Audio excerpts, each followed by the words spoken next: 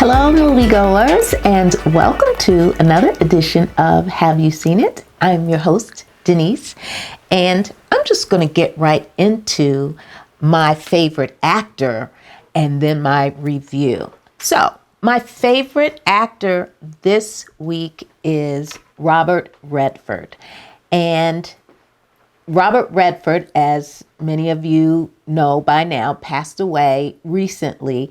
And I thought, wow, this is a good opportunity for me to include him in my favorite actor segment.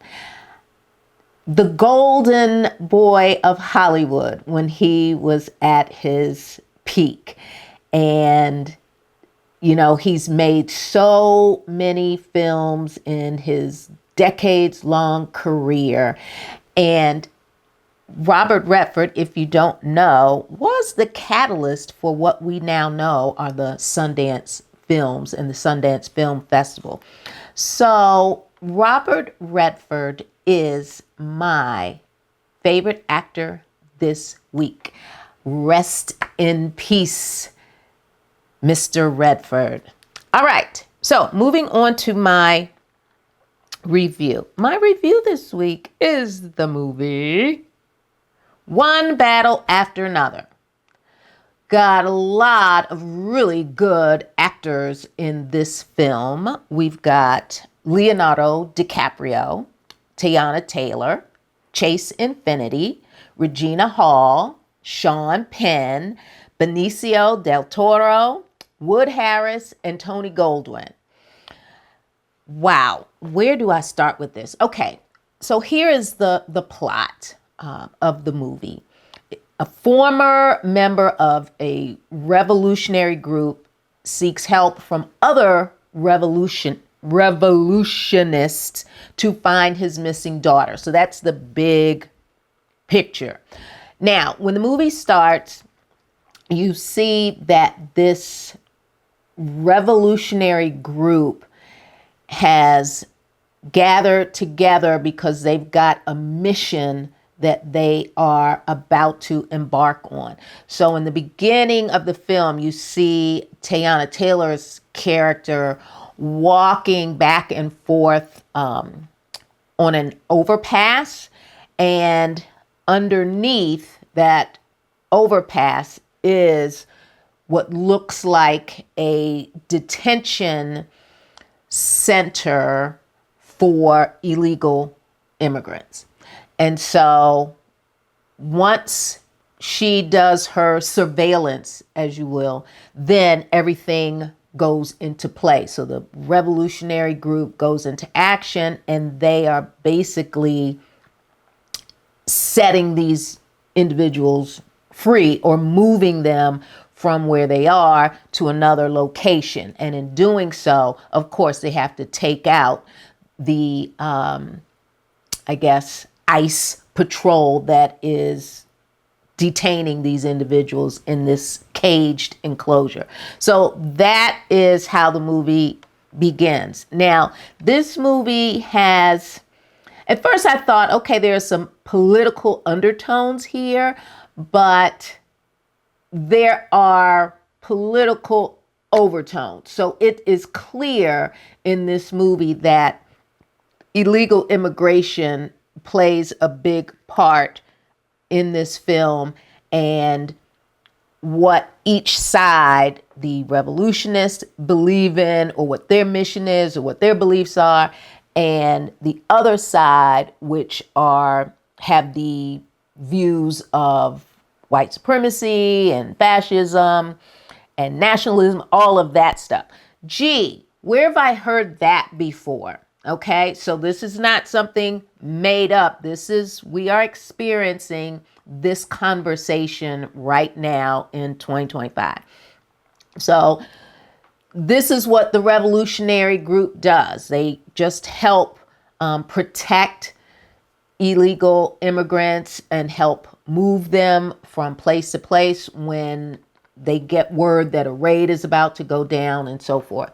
So as the movie moves on, this revolutionary group has a situation where they take over I believe it's a bank, and there's like a big, bank robbery sort of thing, and they are, in this bank, and of course guns are drawn and so forth. And so it goes awry because one of the revolutionaries shoots somebody. Okay. So at that point, all hell breaks loose and all the revolutionaries, they scatter. So everybody breaks off and they're running and so forth and so on. They end up getting caught, but this individual, played by Teyana Taylor, she is the one who breaks, and in order for her to not be sent to jail, or to make a deal, we'll say that we want to give you some immunity if you give up everybody.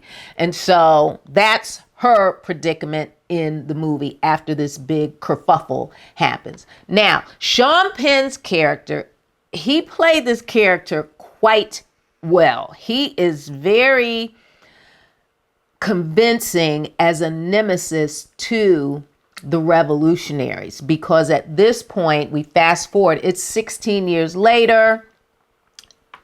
Teyana Taylor's character is, doing her immunity thing, and the rest of the crew is kind of scattered. But Leonardo DiCaprio and his daughter are living together, and his job is simply to protect her in quite an overprotective way, because he still knows that there may be people still out there looking for me. And, we always got to have our head on a swivel. In this 16-year time period, though, he has been doing some heavy drugs. And so while he is protecting his daughter, he is quite a paranoid individual. I mean, paranoid 10 times over. And so once his daughter does go missing, because Sean Penn and his, Goonies have been looking for this family.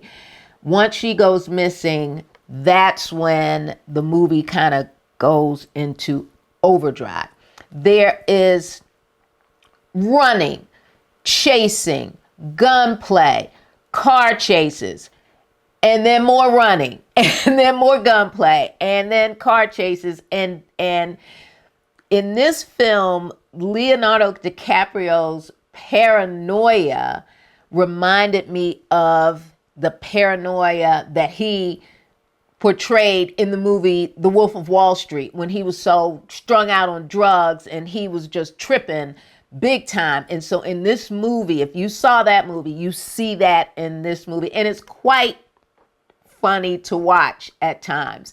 And so because he seeks the aid of revolutionaries, for example, Benicio del Toro is one of those people that he asks, I need some help. I need this, that, and the third to help me find my daughter. And he's like, cool, I got you. We could do this. And so everybody's got a device. So, there's a tracking device. There are passwords. There are rhymes that all of these revolutionaries know, because they have the revolutionary code book. And this is how we can determine if you're ever in trouble, if you need us, you have to give us this information. Well, in one particular scene, and it kind of goes on for a little while, Leonardo DiCaprio is seeking assistance, but he doesn't remember the password. So that whole scenario was quite funny to watch. But that's basically the movie. Leonardo DiCaprio is looking for his daughter, and he's, moving heaven and earth to find her. And he's got fellow revolutionaries who are helping him do that. But again, we have a very relentless Sean Penn who is looking for them. And when you find out one of the reasons why he's looking for this character and his daughter, that's pretty interesting. I did not see that Easter egg coming.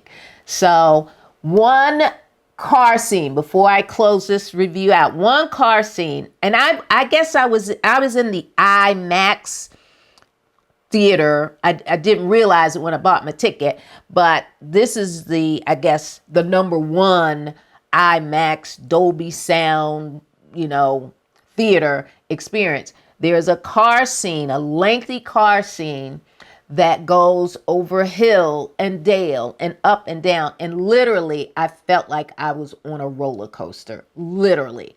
So that was kind of cool.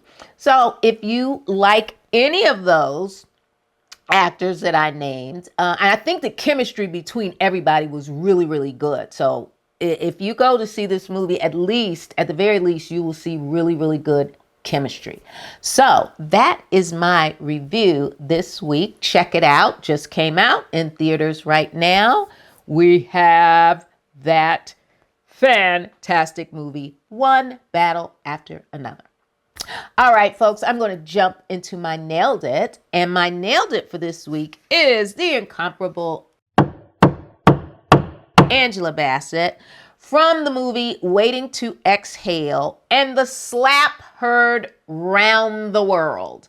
If you remember, she and her husband were about to get a divorce because he was messing around and he had another boo, but the two of them were trying to figure out custody and visitation and so forth.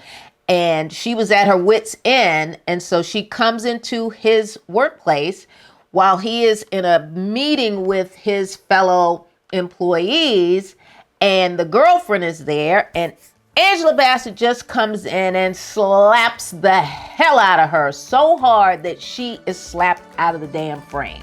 Loved it. Do you hear me when I say I loved it? So she is my Nailed It for this week. All right, moviegoers, you can subscribe to my YouTube channel and make sure you find me on BlueSky at HYSI. All right, moviegoers, you know what to do. Until next week, I need you to see a movie because I'm going to see a movie. Until next week, bye-bye.